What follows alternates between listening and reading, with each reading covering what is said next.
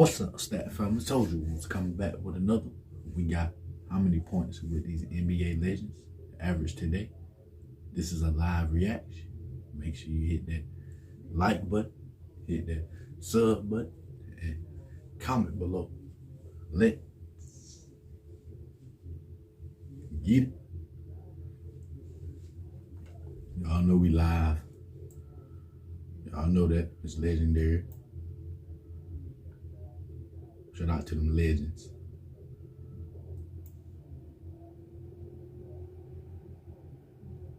Shaq had to play. You know it? Against Ewing, Tumbo, Sabonis.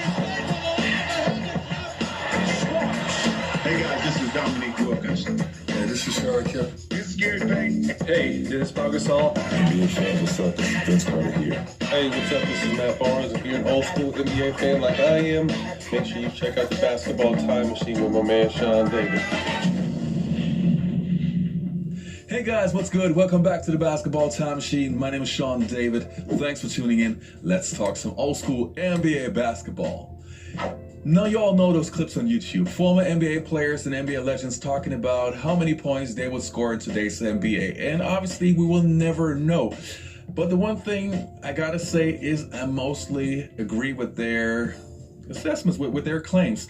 And in today's episode, I not only want to take a look at what they feel, how many points they would score, but also give you my personal take, how many points I feel they would score in today's NBA. But enough of that blah blah, I would say let's get right into today's episode. Come on, guys.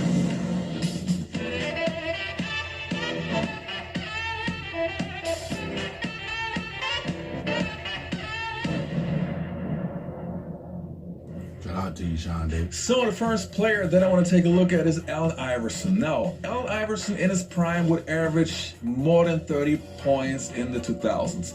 And we all know that this guy was a scoring machine. The thing why I feel that he would be crazy in today's NBA is just the fact that you can't touch him today. And he was so quick, and even though he was a short player, physically that guy was a monster. I don't see anybody who could guard him in today's NBA. Even back in the days when you had all those bigs who would basically slap your face, push you around, basically punish you when you go to the rim. You don't have those guys anymore. So what would be a reason for Allen Iverson not to penetrate even more? Back in the days, he had to take three-point shots, and we know he was never the greatest shooter, but it was always like a last resort. Like, he took the obvious open shot, but he was not looking for a three-pointer. Right. He would rather give you a killer crossover, penetrate, and try to score at the rim. So my prediction is I would say that he would average above 40 points in today's NBA.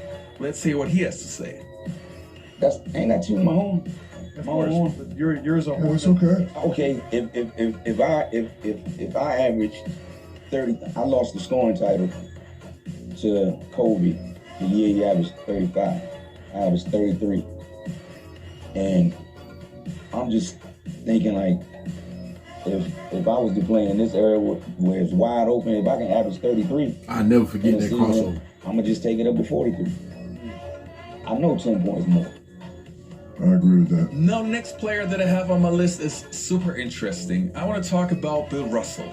Now, Bill Russell to me was never a really true gifted offensive player. He to me was more basketball IQ, defense, being a leader, but offensively he could not dribble well. He was not a great shooter, but that again showed how important you can be to your team even though you're lacking a major skill. And I tell to all the young players, even when I was a coach, I told them, hey, you don't have to be perfect in any aspect, just make sure you know certain things, how you can help your team, and be great at that. Now, I would say in today's NBA, I would give him probably about 10 points per game. But what I do think where he would dominate is on the defensive end. I think he would average around like 15 rebounds and even 5 blocks. Because of this smart basketball IQ he had, he would probably see, hey, I got so many young guys who can run fast, who can shoot and everything. I don't need to do all that stuff. I'll be a team player. I do what I can do to help my team. So I solely focus on defense. And there, he would destroy, because he would never rely too much on physical positioning and stuff. He was more about being in the right position, being a smart shot blocker, blocking the shot to your teammates to have a fast break and stuff. So he would be effective in a different way. And talking about a great player in today's NBA, how would Larry Bird do? Now, this to me is also a very interesting one. Now, we know that there are many fans in today's NBA who see Larry Bird, see the highlight tapes and think, oh, he was slow, he could not run, he could not jump. Not realizing that Larry Bird was, yes, he was slow back then, and yes, he could not jump back then, but still he was super effective. And we see the prime example in today's NBA with Luka Doncic and Jokic. They're super slow, but that shows again, if you have basketball IQ and you know how to play the game right, you can still dominate. My prediction for Larry Bird would be, I think he would average above 30 points. Even more rebounds, because to me, I think when I watch the NBA nowadays, there are not those crazy rebounders as we have back in the days. Also because you don't have those 7-footers running around like crazy. So to me, I would say he would be like 35 points, 12 rebounds, and 8 assists. And would he be the best player in the NBA? Yes, no question. But hey, no hating on the young guys. Luka Doncic and Jokic, they're sensational, and they would be in the MVP conversation with Larry Bird, no question. But I still would give the edge to Larry, because Larry has something that the other two guys don't have. A, Larry Bird can destroy you mentally, and B, Larry Bird would hustle throughout the entire game, which also is leading by example, getting your teammates to do the same. And that was something that the Boston Celtics really did great in the back in the 1980s. Can't overlook that. So let's take a look at the next player. Now, obviously, we also got to talk about Michael Jordan, but I think that this could actually be a very short one. Everybody who feels that Jordan would average about the same or less, sorry, but you have not understood the game. If somebody is able to score like 35, 36, 37 points in an era where basically everybody is punching you, and this is also another thing, back in the days, the paint was way more packed, which means that because Jordan was not aiming for a lot of three-pointers, he always had to penetrate when the paint was busy with like basically 8 players, and he still found a way how to score at the rim. Now, in my opinion, I would give him like 40, 41, 42, and without a question. And this has nothing to do with that I'm a Michael Jordan fan. To me, Kobe Bryant would be in the same kind of category.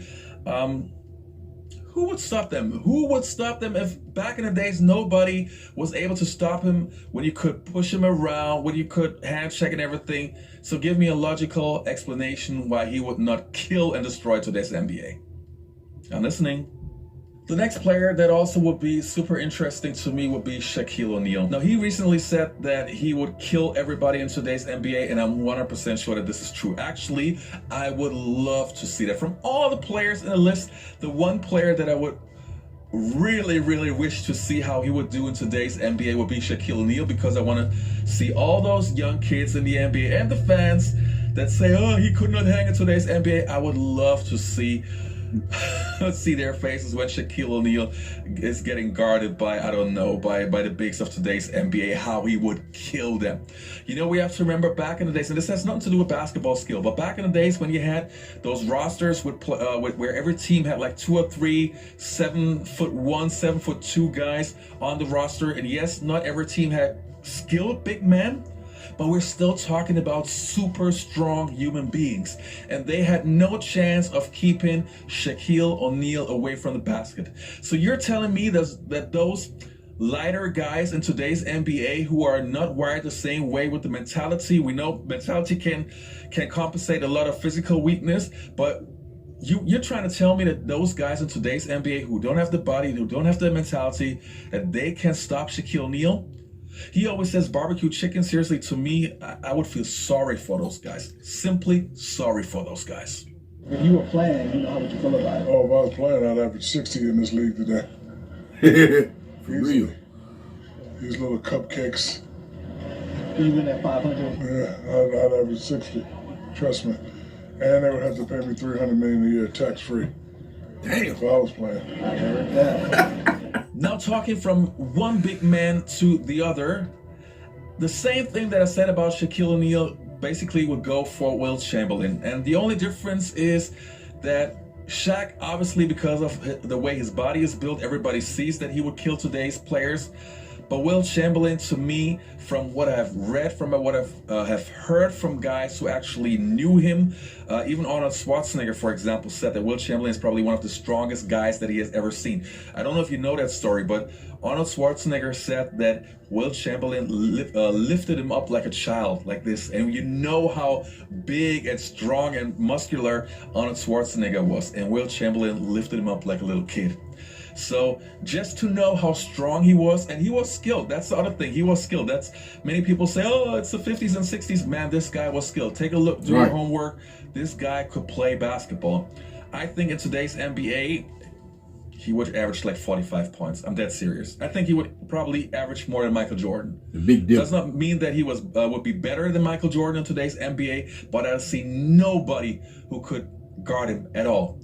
I think, to me, I have this image in my mind. It would be like little kids trying to guard an adult. That's how I feel.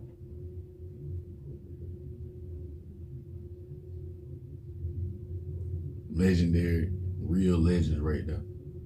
I got AI averaging 40. Easy. Can't do nothing with it. Too quick, too skilled, all around, a bat with no holes in it. I promise you. Larry Bird, Big Bird, just because how your play style is, you don't like scoring that much, but you will score. I give you 35, but you will average more assists because you like getting your team involved. I give you 15 assists a night. Promise you. Literally.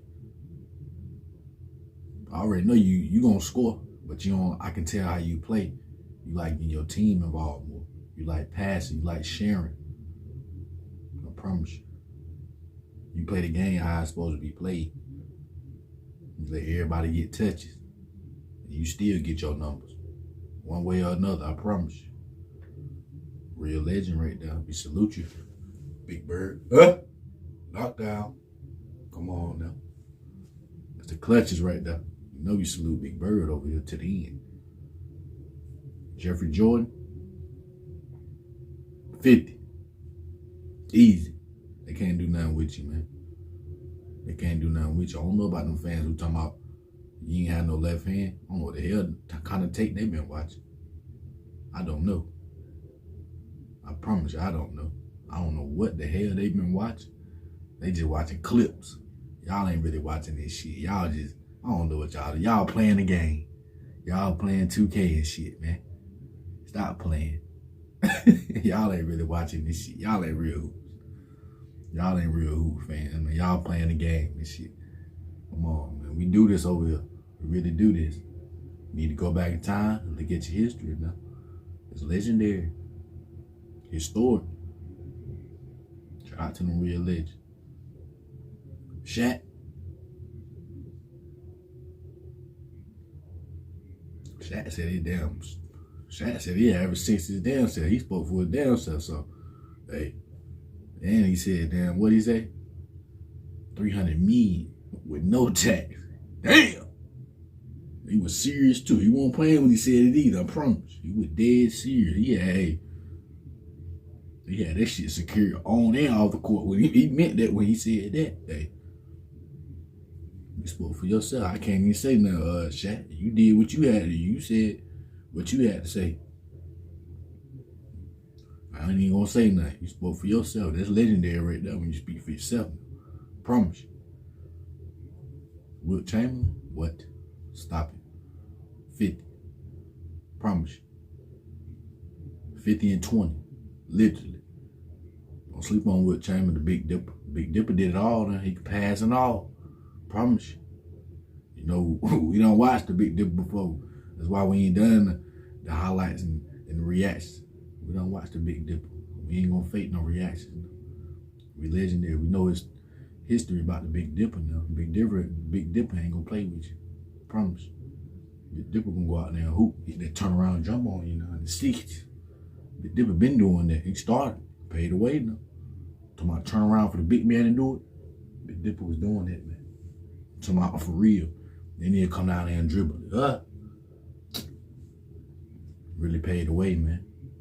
Really paid the way. We don't care who was playing against. Once you on that court, everybody the same once you on that court now. Promise you. It don't matter who the strongest. That don't mean nothing who the damn strongest. It's all about this. Can you play the game how it's supposed to be played? Can you do that? It's legendary.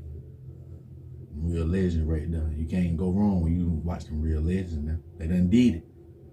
They done did it already. I promise you. They name up there. We can never go wrong. We salute the real legend. Now they done put their work in. Be a fool to disrespect them real legends, man. Promise you. Shout out to all them real legends. AI, Bird, Jeffrey, Shaq, Wilt Chamberlain, man. Sean David, we thank you for the video. Keep doing your thing out there. We salute Stat family. We salute Bird family. It's legendary over here. Thank y'all for watching the full video. We're going to be back with another video after this video. Make sure y'all stay prayed up. Y'all be safe. And y'all be good. Nope.